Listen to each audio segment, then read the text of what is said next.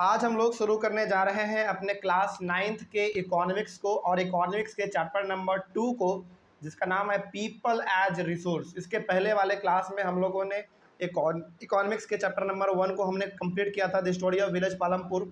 यानी कि पालमपुर एक हमारा इमेजिनरी गांव था, जिसके बारे में हम लोगों ने पूरी तरीके से देखा कि वहाँ पे किस प्रकार से खेती बाड़ी होता है, किस प्रकार से घर परिवार लोग अपना चलाते हैं। यानी कि तमाम प्रकार के चीज़ों के बारे में हम लोग class the story of village Palampur के बारे में जान चुके हैं।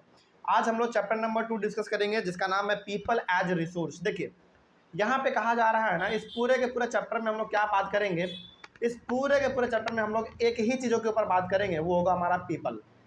यानी कि आदमी क्या एक रिसोर्स है। अच्छा, क्लास 8 तक हम लोगों ने जो रिसोर्स का डेफिनेशन पढ़ा है वो क्या था। रिसोर्स बेसिकली वो चीज़ हम लोगों ने पढ़ा था कि रिसोर्स वो चीज़ होता है जो हमारे ज़रूरत को पूरा कर दे, वही हमारा रिसोर्स कहलाता है। मतलब कि यदि हमारा ज़रूरत फ़ोन पूरा कर दे रहा है तो मतलब फ़ोन भी एक रिसोर्स है। मान लीजिए कि हमको यहाँ से अपने फ्रेंड से दिल्ली बात करना है, तो ज़रूरत कौन पूरा कर देगा, फ़ोन पूरा कर देगा, तो फ़ोन भी क्या हो गया, एक रिसोर्स हो गया। मान लीजिए कि हमको फ़ोटो खींचना है, तो फ़ोटो खींचने के लिए हमारे पास कैमरा होना चाहिए। यदि कैमरा हमको मिल गया, फ़ोटो खींच ली, हमारा ज़रूरत पूरा हो गया, तो कैमरा भी एक रिसोर्स हो गया। मान लीजिए हमको पानी पीने के लिए बोतल चाहिए, पानी से बोतल पी ली, हमारा ज़रूरत पूरा हो गया, यानी कि हमारा नीड सेटिस्फाई हो गया, तो वो हमारा एक रिसोर्स हो गया।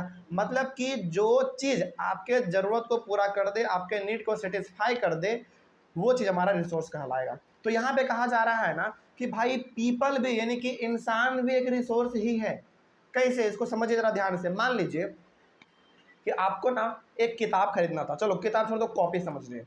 मान लीजिए कि आप कोचिंग में पढ़ने के लिए आ रहे हैं और आपके कोचिंग का एक कॉपी जो है ख़त्म हो गया मैथ का। सपोज कीजिए कि आपके मैथ का कॉपी कोचिंग का ख़त्म हो गया, तो अब उस कॉपी का पैसा आप या तो मम्मी से लेंगे या तो पापा से लेंगे। मोस्टली मम्मी या पापा से ही लेते हैं, है ना। तो अब आपको ज़रूरत किस चीज़ का है, कॉपी का। कॉपी के लिए चाहिए क्या, पैसा चाहिए। और ये पैसा आपको देगा कौन, या तो आपके मम्मी या तो आपके पापा देंगे। यदि वो मम्मी पापा आपके पैसा दे देते हैं तो आप जाके कॉपी खरीदते हैं, तो आपका ज़रूरत पूरा हो गया। लेकिन ज़रूरत आपका पूरा किया किसने, आपके मम्मी पापा ने। क्यों, क्योंकि उन्होंने पैसा दिया आपको। तो क्या यहाँ पे आपका ज़रूरत आपके मम्मी पापा ने पूरा किया, आपके पेरेंट्स ने पूरा किया। तो क्या आपके पेरेंट्स भी पीपल हैं, बिल्कुल पीपल है। तो पीपल भी अपने आप में एक रिसोर्स है। एग्जाम्पल से हमने आपको समझा दिया। मतलब कि आदमी भी हर आदमी अपने आप में एक रिसोर्स है। हर किसी को किसी चीज़ का ज़रूरत पड़ता है और हर इंसान किसी ना किसी इंसान के काम में आता ही है। जैसे सपोज मान लीजिए कि हमको अभी ज़रूरत है, चलिए सपोज कीजिए आप ऐसे ऐसे ऐसे समझिए। मान लीजिए कि हमने बोर्ड पे आपको कुछ पढ़ाया, ठीक है, और मेरे हाथ में ना बहुत ज़ोर से दर्द है, मेरे हाथ में बहुत ज़ोर से दर्द है और हम कपड़े से अपने बोर्ड को मिटा नहीं सकते हैं, ठीक है। तो मेरा ज़रूरत क्या है, मेरा ज़रूरत है कि मेरा बोर्ड ये कोई बच्चा आके मिटा दे, है ना। तो मान लीजिए कि आपने बोर्ड आके हमारा मिटा दिया, तो क्या आपने मेरे ज़रूरत को पूरा किया कि नहीं किया, बिल्कुल किया। तो आप भी क्या हो गए, एक रिसोर्स हो गए। तो वही बात इस पूरे चैप्टर में हम लोग करेंगे कि आदमी भी अपने आप में एक रिसोर्स है, कोई दिक्कत नहीं। और रिसोर्स का डेफिनेशन जैसा कि आपने बचपन वाले क्लास में पढ़ा है, क्लास 8 तक, कि वो हर चीज़ जो हमारे ज़रूरत को पूरा कर दे वो हमारा रिसोर्स कहलाता है। तो आदमी भी अपने आप में क्या हो गया, एक रिसोर्स हो गया। चलिए इसी को हम लोग शुरू करेंगे। सबसे पहले ना इंट्रोडक्शन हम लोग देखेंगे चैप्टर का क्या है इसमें। हालांकि आपके एनसीईआरटी बुक में तो 2-3 पेज इंट्रोडक्शन के बारे में ही बात किया गया है, तो पहले हम लोग इसको इंट्रोडक्शन को ही देख लेंगे। देखिए सबसे पहले यहाँ पे लिखा हुआ है, population is an asset for the country rather than a liability. Population यानी कि जनसंख्या, जनसंख्या मतलब एक कंट्री में रहने वाले सारे लोग, है ना। पॉपुलेशन जो है ना किसी कंट्री के लिए एक एसेट होता है। एसेट का मतलब मालूम है क्या होता है, एसेट का मतलब होता है संपत्ति। संपत्ति, जैसे मान लीजिए कि आपके पिताजी के पास 10 बीघा ज़मीन है, तो वो क्या आ गया, आपका एसेट हो गया। मान लीजिए कि आपके पिताजी के बैंक में 4 करोड़ 5 करोड़ पैसा रखा हुआ है, वो क्या हो गया, एसेट हो गया। मान लीजिए कि आपके पिताजी ने बैंक में ना 1 केजी 2 केजी गोल्ड जमा करवा दिया है, सपोज कीजिए बस, तो वो क्या हो गया, आपका एसेट हो गया। एसेट का सिंपल सा मतलब होता है संपत्ति, जो कि आपको नुकसान नहीं करेगा बल्कि आपको फायदा पहुंचाएगा, ठीक है। तो पॉपुलेशन किसी भी कंट्री के लिए क्या होता है, संपत्ति होता है, यानी कि प्रॉपर्टी होता है, रादर देन अ लाइबिलिटी। देखिए यहाँ पे ना अभी आपको हम एग्जांपल देंगे। हर कंट्री ने कि मतलब कि कुछ कुछ आदमी ये समझते हैं, कुछ कुछ नहीं, लगभग मोस्ट ऑफ दी लोग ये समझते हैं ना, पॉपुलेशन एक समस्या है। समझिएगा ज़रा ध्यान से, यहाँ पे हम क्या कहना चाह रहे हैं। यहाँ पे हम ये कहना चाह रहे हैं कि अधिकतर लोग ये समझते हैं कि पॉपुलेशन जो है ना एक समस्या है, लेकिन हकीकत में देखा जाए ना तो पॉपुलेशन एक समस्या नहीं है, वो एक एसेट है, यानी कि वो एक संपत्ति है, वो समस्या नहीं है। अच्छा, लाइबिलिटी का मतलब कर्ज, लाइबिलिटी का मतलब कर्ज और एसेट का मतलब संपत्ति। तो यहाँ पे बहुत सारे लोग समझते हैं कि पॉपुलेशन जो है ना वो एक लाइबिलिटी है, यानी कि कर्ज है, लेकिन हकीकत में तो ये बात है कि पॉपुलेशन अपने आप में एक एसेट है, एक संपत्ति है। कैसे, इसका एग्जांपल हम आपको देंगे बहुत बेहतरीन। अभी वर्ल्ड में, हालांकि पूरे वर्ल्ड में पॉपुलेशन के मायने में हमारा इंडिया है, यानी कि हमारा कंट्री नंबर 1 पे आ चुका है, लेकिन इसके पहले तक फर्स्ट नंबर पे कौन था? चाइना था।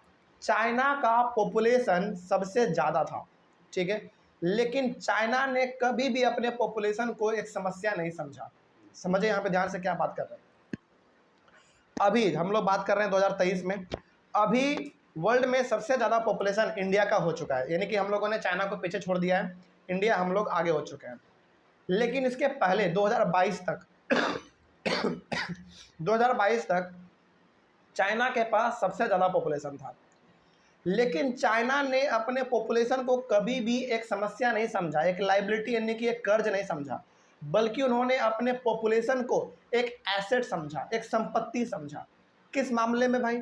इस मामले में कि उन्होंने अपने पॉपुलेशन को शिक्षा दिया, एजुकेशन दिया, जिसके वजह से हर इंसान क्या कर सके, अपना खुद का कुछ शुरू कर सके, खुद का बिजनेस शुरू कर सके, खुद का school, coaching, institute, college, university जो खोलना चाहे वो खोल सकता है।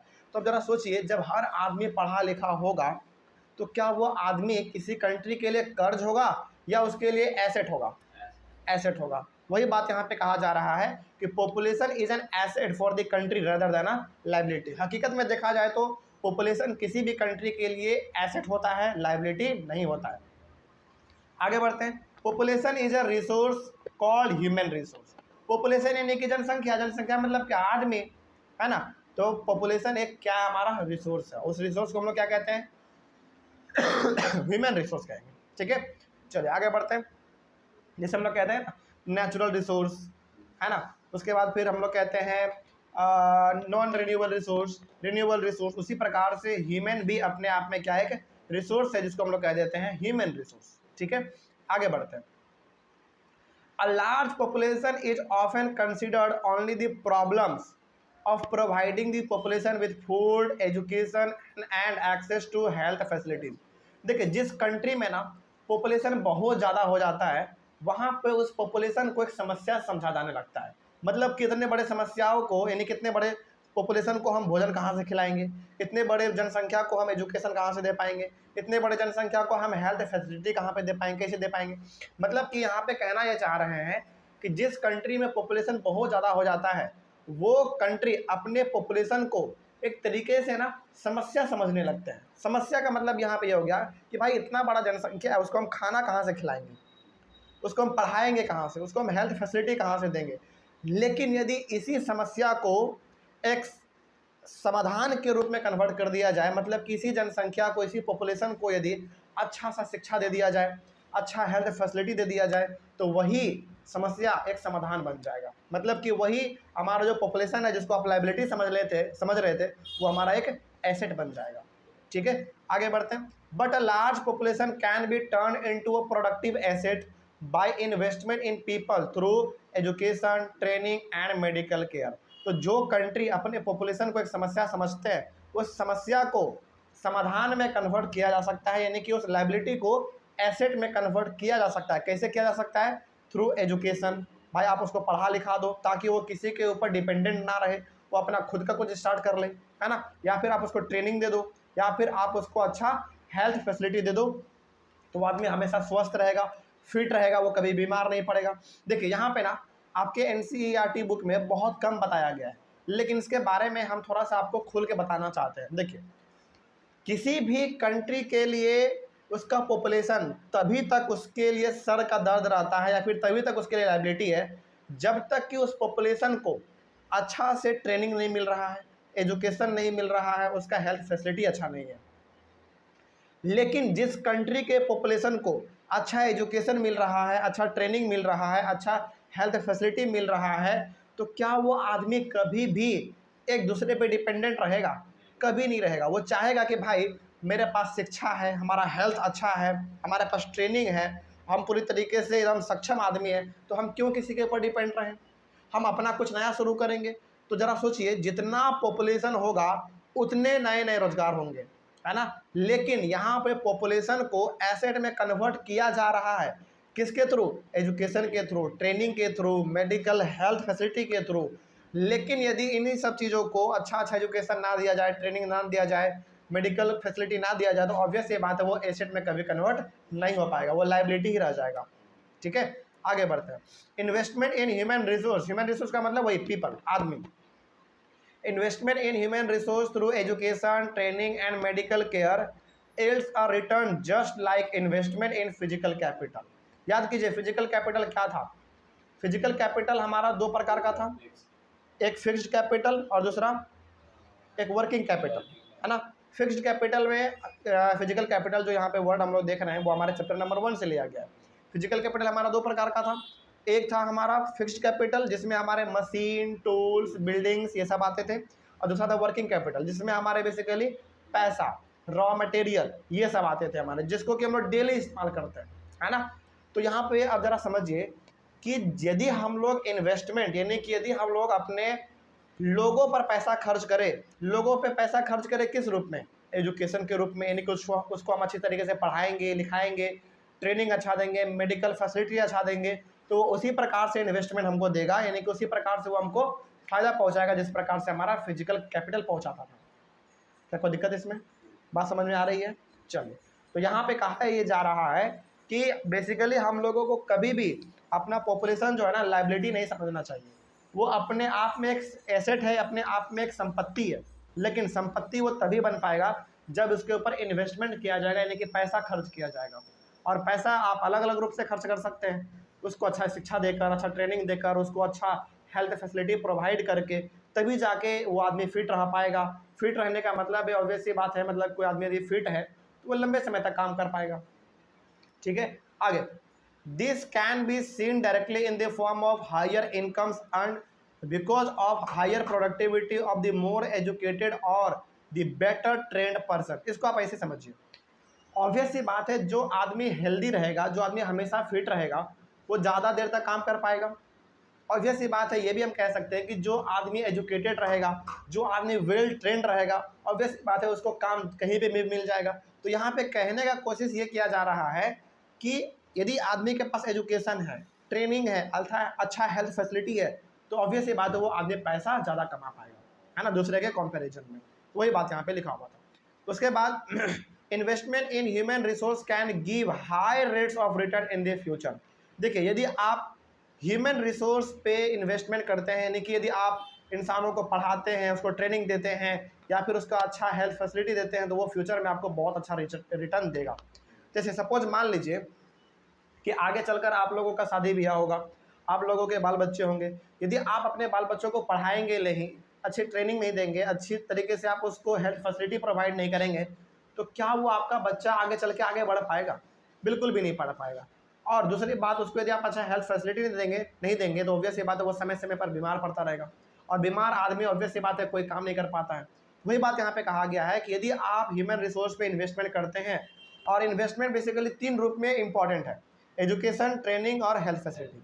यदि आप ये चीज़ देते हैं अपने बच्चों को, या फिर ह्यूमन रिसोर्स पे यदि ये 3 प्रकार का इन्वेस्टमेंट किया जाता है, तो फ्यूचर में आपको बहुत अच्छा रिटर्न देगा। This investment on people is the same as investment in land and capital. और ये इन्वेस्टमेंट उतना ही आपको फ़ायदा पहुंचाएगा जितना फ़ायदा आपको आपका ज़मीन या फिर आपको आपका पैसा पहुंचाता है।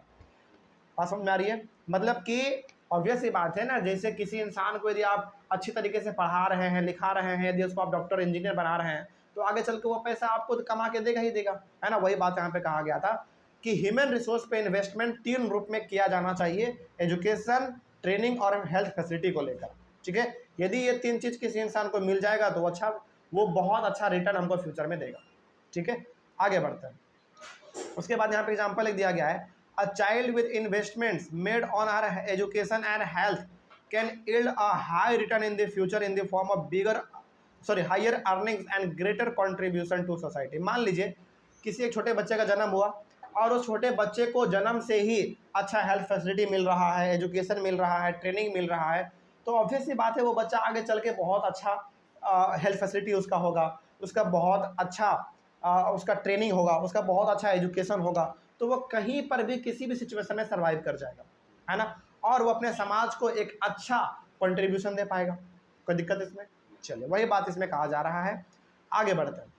उसके बाद यहाँ पे बात किया गया है, educated parents are found to invest more heavily on the education of their children. देखिए, ऐसा ना इंडिया में खास करके रिसर्च के थ्रू ये पाया गया है कि जो एजुकेटेड पेरेंट्स होते हैं, यानी कि जो पढ़े लिखे पेरेंट्स होते हैं, जो माता पिता पढ़े लिखे होते हैं, वो ना एजुकेशन के इम्पोर्टेंस को, ट्रेनिंग के इम्पोर्टेंस को और हेल्थ के इम्पोर्टेंस को समझते हैं।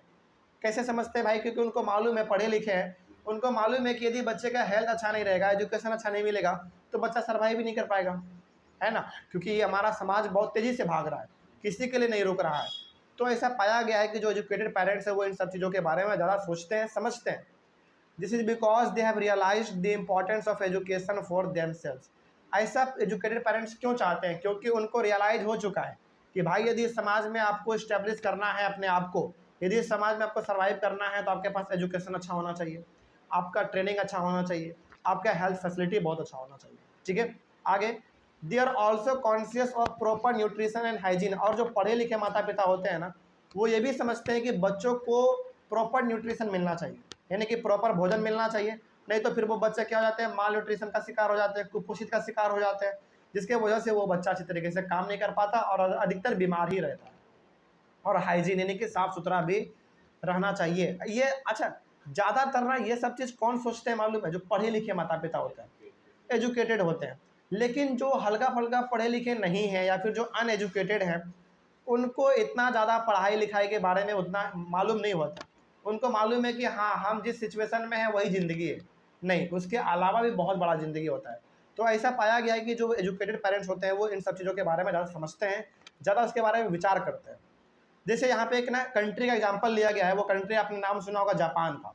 देखिए, इसका एग्जांपल देखिए, आपको बहुत आश्चर्य लगेगा सोच के इस कंट्री के बारे में क्या कहा गया है। कहा गया है, countries like Japan have invested in human resource. Japan पूरी दुनिया का एक लौता ऐसा कंट्री है जो कि सबसे ज़्यादा इन्वेस्टमेंट करता है अपने लोगों पे, यानी कि अपने लोगों को वो बहुत ज़्यादा पढ़ाता है, लिखाता है, ट्रेनिंग करवाता है और बहुत ज़्यादा उसके हेल्थ फैसिलिटी पे ध्यान दिया जाता है। क्यों ऐसा है? इसके पीछे भी रीज़न है। देखिए, they did not have any natural resource. आपको जानकर बड़ी हैरानी होगी कि जापान के पास अपना कोई नेचुरल रिसोर्स है ही नहीं, यानी कि जापान में आपको उतना भयंकर जंगल भी नहीं देखने को मिलेगा, जापान में आपको उतना साफ पानी पीने का भी देखने को नहीं मिलेगा, जापान में ना ही आपको आयरन मिलेगा, ना ही magnesium, aluminium, gold, silver, platinum, यानी कि जो बेसिकली हमारा नेचुरल रिसोर्स होता है वो आपको जापान में उतना देखने को नहीं मिलेगा। हालांकि जापान में नेचुरल रिसोर्स है लेकिन बहुत कम, ना के बराबर है। तो जरा सोचिए, वहाँ पे नेचुरल रिसोर्स बिल्कुल भी नहीं है, लेकिन इसके बावजूद भी वहाँ के लोगों के ऊपर सबसे ज़्यादा पैसा खर्च किया जा रहा है। क्यों किया जा रहा है? इसके पीछे लॉजिक है। देखिए, आगे मिलेगा आपको, पॉइंट आपको बताएंगे। देखिए, दीज कंट्रीज आर डेवलप्ड और रिच कंट्रीज। सोचिए, इस कंट्री के पास ना ही अपना कोई नेचुरल रिसोर्स है, तो अब चूंकि इसके पास अपना खुद कोई नेचुरल रिसोर्स है ही नहीं, इसके बावजूद भी ये कंट्री बहुत डेवलप है, बहुत अमीर कंट्री है इसके बावजूद भी। इसका मतलब क्या हुआ? इसका मतलब ये हो गया, अच्छा आगे देखिए, they import the natural resource needed in their country. इस कंट्री को जो भी नेचुरल रिसोर्स चाहिए होता है ना, ये बाहर से मंगवाता है, दूसरे कंट्री से मंगवाता है। सोचो, इनके पास खुद का नेचुरल रिसोर्स नहीं है, फिर भी ये बहुत डेवलप है, और इसको कोई नेचुरल रिसोर्स चाहिए भी होता है, ये बाहर से मंगवाता है। आगे देखिए, they have invested on people especially in the field of education and health। अब यहाँ पे ना पूरा कहानी हम आपको समझाते हैं जापान का। सबसे पहला बात तो जापान के पास अपना कोई नेचुरल रिसोर्स है ही नहीं, लेकिन इसके बावजूद भी ये बहुत डेवलप और बहुत अमीर कंट्री है। इसका एकमात्र रीजन है, एक ही रीजन है इसका। रीजन ये है कि जापान में हर माता पिता अपने बच्चों के ऊपर बहुत ज़्यादा पैसे खर्च करते हैं, तीन चीज़ों के रूप में। पहला, उसको बहुत पढ़ाते लिखाते हैं, दूसरा ट्रेनिंग बहुत देते हैं, और तीसरा उसको हेल्थ फैसिलिटी बहुत अच्छा प्रोवाइड करते हैं। इसीलिए आज आप देखेंगे कि जापान में ना ही बड़े बड़े आपको इंडस्ट्री देखने को मिलेंगे, ना ही जापान में आपको बड़े बड़े बिजनेसमैन देखने को मिलेंगे। जापान में ना ही आपको नेचुरल रिसोर्स देखने को मिलेगा, लेकिन जापान में 3 चीज़ जो है बहुत आपको देखने को मिलेगा। वो ये है कि वहाँ के लोग बहुत पढ़े लिखे होते हैं, उनको ट्रेनिंग भरपूर मिलता है और उनका हेल्थ फैसिलिटी बहुत अच्छा होता है, जिसके कारण वो दुनिया के किसी भी कोने में जाके सर्वाइव कर लेते हैं। इतना पढ़े लिखे होते हैं, इतना ट्रेनिंग उनको मिलता है कि वो किसी भी कंपनी में किसी भी कोने में जाके सर्वाइव कर लेते हैं। सोचिए, इसी के वजह से जापान आज बहुत ज़्यादा अमीर है। इसके पीछे क्या रीज़न है? इसके पीछे रीज़न ये है कि वो अपने ह्यूमन रिसोर्स यानी कि अपने लोगों के ऊपर बहुत ज़्यादा पैसा खर्च करता है। कोई दिक्कत है इसमें? आज भी आप देखेंगे अधिकतर आपको जो आपके मोबाइल में पार्ट मिलता है उसमें मेड इन जापान या फिर मेड इन चाइना लिखा हुआ रहता है। हालांकि देखिए, जापान में ना सबसे ज़्यादा यदि किसी चीज़ पर फोकस किया जाता है वो 3 ही चीज़ है, एजुकेशन, ट्रेनिंग और हेल्थ। इन्हीं के वजह से जापान आज बहुत अमीर कंट्री के कैटेगरी में गिना जाता है। सोचो, मतलब ये सोचने वाली बात है कि उनके पास खुद का अपने रिसोर्स नहीं है, लेकिन इसके बावजूद भी वो बहुत अमीर कंट्री है। इसका मतलब यहाँ पे है कि आदमी बहुत फिट है, ट्रेंड है, एजुकेटेड है, जिसके वजह से वहाँ के लोग किसी के ऊपर डिपेंडेंट नहीं है, आराम से किसी भी कंट्री में जाके वो सर्वाइव कर ले रहे हैं। और आज भी आप अधिकतर पार्ट जो इलेक्ट्रॉनिक्स के आप इस्तेमाल करते हैं उसमें आप मेड इन जापान या फिर मेड इन चाइना देखने को आपको मिल जाएगा, है ना। जापान में 9-10 साल के बच्चे, जापान में 9-10 साल के बच्चे आईफोन जैसे फ़ोन को बना के तैयार कर दे रहे हैं, नए नए सॉफ्टवेयर को बना के वो तैयार कर दे रहे हैं। आज जो हम लोग ऐप इस्तेमाल करते हैं वो वहाँ का 9-10 साल का बच्चा बना के बैठ जाता है। इस तरीके का है जापान, समझ रहे बात को। तो इसीलिए जापान जो है ना इतना अमीर कंट्री है, क्योंकि वहाँ के लोग अपने बच्चों के ऊपर इन्वेस्टमेंट करते हैं, और इन्वेस्टमेंट 3 ही रूप में करते हैं वो लोग ज़्यादा, एजुकेशन, ट्रेनिंग और हेल्थ फैसिलिटी। ठीक है, चलिए, तो ये हो गया हमारा पूरा का पूरा ये टॉपिक इंट्रोडक्शन। अगले वाले क्लास में हम लोग अपने एनसीईआरटी बुक के सबसे पहले वाले मेन टॉपिक को शुरू करेंगे। अभी तक जो हम लोग पढ़ रहे थे वो बेसिकली एक ओवरव्यू था, एक इंट्रोडक्शन था। अगले वाले क्लास में हम लोग एनसीईआरटी के सबसे इंपॉर्टेंट टॉपिक को डिस्कस करेंगे, जिसका नाम है economic activities by men and women. ठीक है, चलिए मिलते हैं अगले वाले क्लास में। Thank you very much.